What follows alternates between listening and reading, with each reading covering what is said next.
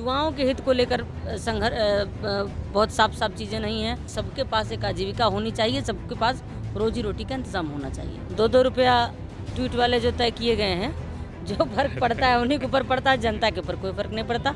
जनता काम देखती है। तो चुनाव में जबरन मुझे काउंटिंग में हरवा दिया गया, बाद में केस चला और बहुत सारी प्रक्रिया। प्रश्न बोले जवाब गुमसुम है, सच चिढ़ाए है ख्वाब गुमसुम है, किसके आने से दौर बदलेगा, आजकल इनकलाब गुमसुम है। और एक बात और कहना चाहती हूँ कि पीर पर तंज कस रही दिल्ली, पीर पर तंज कस रही दिल्ली, इस तरह हमको डस रही दिल्ली, बोझ डिग्री का ले कहाँ जाएं, भूख तड़पे हैं हंस रही दिल्ली। नमस्कार, मैं शुभेंदु श्रीवास्तव और आप देख रहे हैं खबरपीडिया। यूपी में माहौल गर्म हो चुका है, हवाओं में गर्मी आ गई है। जानते हैं क्यों? क्योंकि यूपी में चुनाव है। आरोप प्रत्यारोप का भी सिलसिला शुरू है और बयानबाजी भी जारी है। हम भी अपने चुनावी सफ़र को तय करते करते गोरखपुर शहर में आ पहुँचे हैं। गोरखपुर शहर में कांग्रेस कार्यालय पे इस वक्त हैं हम, और हमारे साथ गोरखपुर शहर से कांग्रेस प्रत्याशी चेतना पांडे हैं। आज हम इनसे जानेंगे क्या रणनीति है, क्या माहौल है और यहाँ के लोगों का क्या मूड है। चेतना जी, पहले तो आपका स्वागत है हमारे चैनल पे। धन्यवाद आपको। गोरखपुर शहर सीट ही क्यों? गोरखपुर शहर ही की सीट इसलिए कि गोरखपुर में काम किया है, जी गोरखपुर में ही रही हूँ और तय था कि यहीं से लड़ना है, जी। तो तैयारियां यहीं के लिए हैं, इसलिए गोरखपुर की सीट। ऐसा नहीं लगता है कि आप जिनके खिलाफ चुनाव लड़ रही हैं दिग्गज नेता हैं, जाना माना चेहरा है, यूपी के सीएम हैं, जी। उनके खिलाफ चुनाव लड़ना, कैसी चुनौतियां आ रही हैं सामने? कोई चुनौती नहीं है। मुझे जो जो जिम्मेदारियां मिली, सामाजिक जिम्मेदारियां, चाहे छात्र राजनीति के नाते चाहे अन्य कारणों से, उन जिम्मेदारियों का मैंने ठीक प्रकार से निर्वाह किया। जी।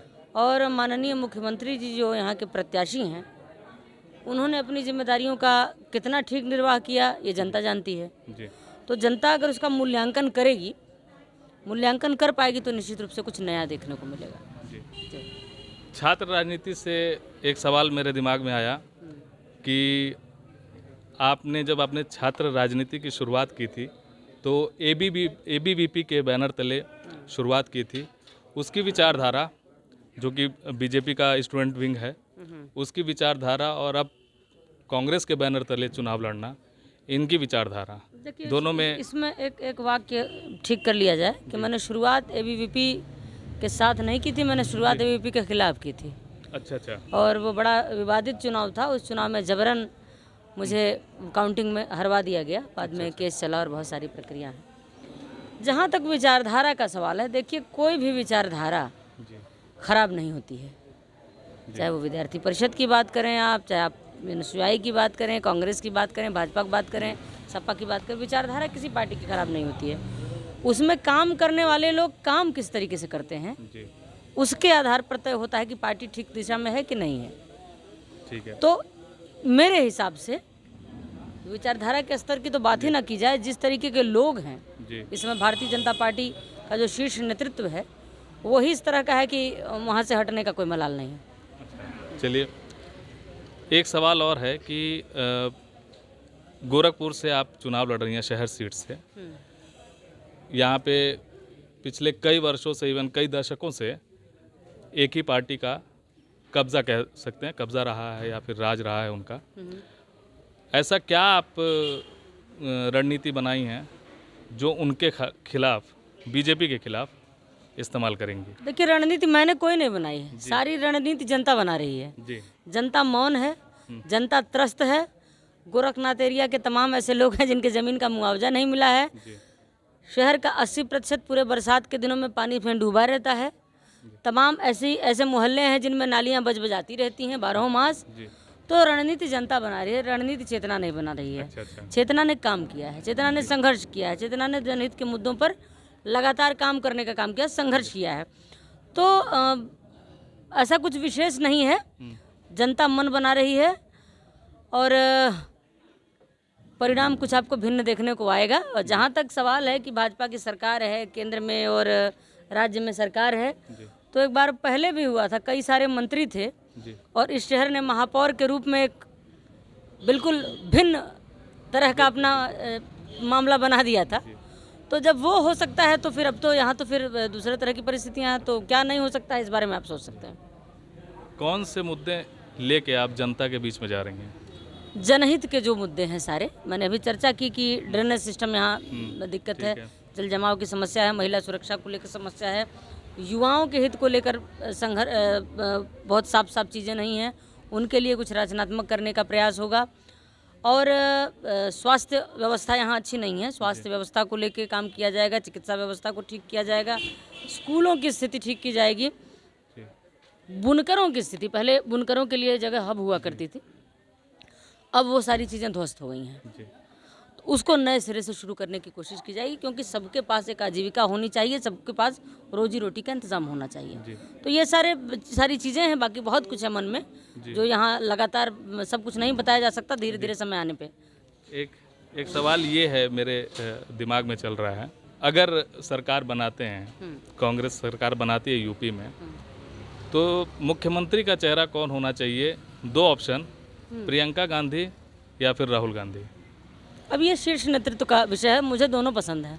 नहीं, अच्छा आप डिप्लोमेटिक जवाब दे दें। डिप्लोमेटिक बात ही नहीं है, दोनों व्यक्ति अच्छे हैं, दोनों लोग पूरे देश स्तर पर नेतृत्व करने का की क्षमता रखते हैं, दोनों में से जिनको बना दिया जाए, दोनों हमारे नेता हैं और हैं उस योग्य हैं, तो किसी को बना दिया, दोनों बना दिया जाए, दोनों में से कोई भी होने स्वीकार है। राहुल गांधी के कुछ बयानों से वो उनकी खुद की किरकिरी हो जाती है, और दूसरा प्रियंका गांधी को जब भी ट्रोल किया जाता है या फिर जब भी उनके ऊपर उंगली उठाई जाती है, तो मेरे ख्याल से जो वाड्रा लगा हुआ है उसकी वजह से उनको ट्रोल किया जाता है। क्या उसका असर वाकई में होता है उनके ऊपर, इनकी छवि के ऊपर, प्रियंका गांधी जी की? कतई नहीं होता है। 2-2 रुपया ट्वीट वाले जो तय किए गए हैं, जो फर्क पड़ता है उन्हीं के ऊपर पड़ता है, जनता के ऊपर कोई फर्क नहीं पड़ता।